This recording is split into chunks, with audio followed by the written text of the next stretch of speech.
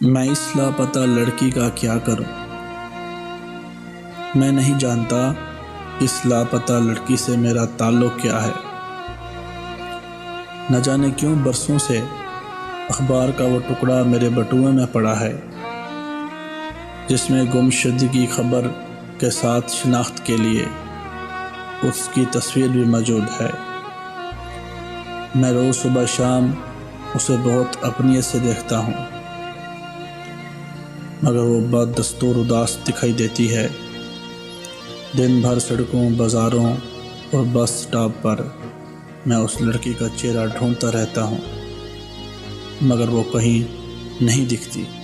کبھی کبھی مجھے لگتا ہے کہ اب اسے اس کے ورثاء بھی بھلا چکے ہوں گے، تو پھر ایسے میں کیا ایک میں ہی اس کا وارث رہ گیا ہوں؟